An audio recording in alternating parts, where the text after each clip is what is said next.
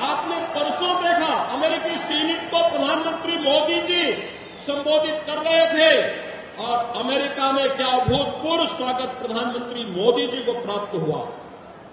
भाइयों बहनों, वर्तमान में आजादी के अमृत काल में भारत दो बड़ी उपलब्धियों को लेकर के वैश्विक मंच पर छा रहा है। G20 समूह की अध्यक्षता प्रधानमंत्री मोदी जी के नेतृत्व में भारत कर रहा है।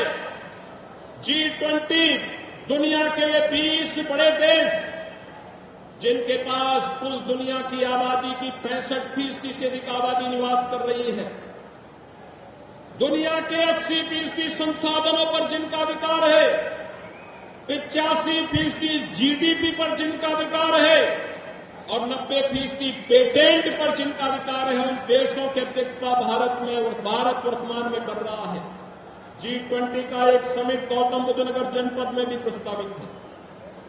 भाइयों बहनों, एक तरफ यह और दूसरी तरफ जब भारत अपनी आजादी के अमृत काल में चल रहा है, एक नए भारत के रूप में, एक खुशहाल भारत के रूप में, दुनिया की 5वीं बड़ी अर्थव्यवस्था के रूप में उभरता हुआ भारत आज हम सबके सामने है। कोरोना कालखंड में फ्री में टेस्ट, फ्री में उपचार,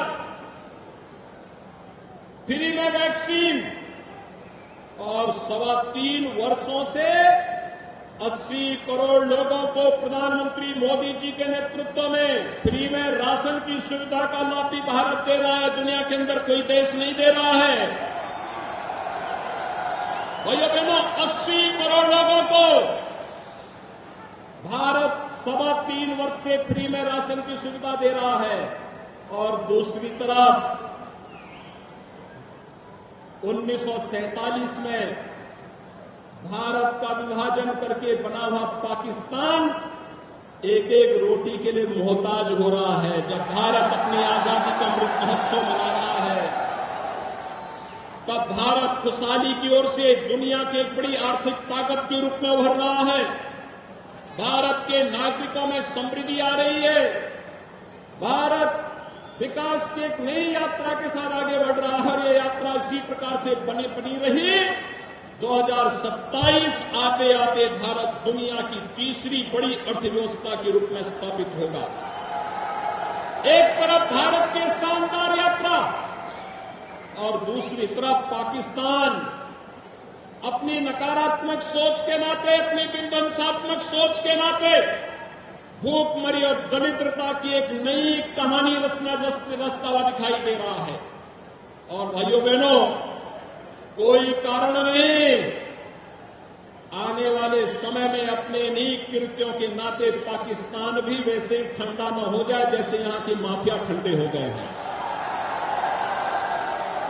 कोई कारण नहीं। आप देखना, ये उधर बढ़ रहा है और इसीलिए आज मैं आपके पास आया हूं आप सबसे अपील करने के लिए, जिन लोगों ने लोकतंत्र के गले को रौंदा था,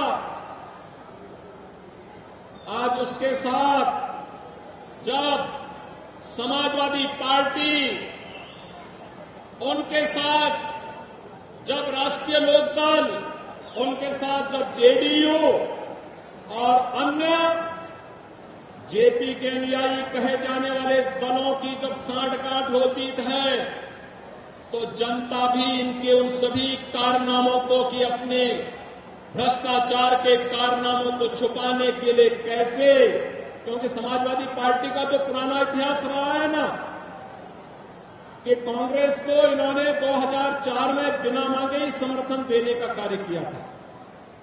वे समर्थन नहीं चाहते थे, लेकिन जबरदस्ती चिपको आंदोलन के रूप में अपने आप को अग्रणी बनाने में माहिर हैं और वही कार्य उन्होंने उस समय किया था। एक बार फिर से उस कथा को दोहराने का कार्य हो रहा है।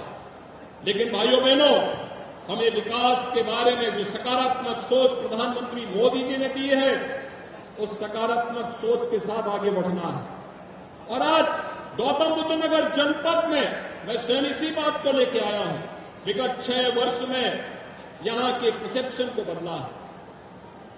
यहां पे बड़े बड़े कार्य, इंफ्रास्ट्रक्चर के बड़े बड़े कार्य हो रहे हैं, निवेश आ रहा है और गौतम बुद्ध नगर जनपद एक बार फिर से नोएडा, ग्रेटर नोएडा यमुना अथॉरिटी के माध्यम से अपनी आभा को देश के अंदर और वैश्विक मंच पर फिर से वो छाता हुआ दिखाई दे रहा है। एक नए भारत के नए उत्तर प्रदेश के रूप में इस जनपद ने उत्तर प्रदेश को एक नई पहचान विगत 6 वर्ष के अंदर देने का कार्य किया है।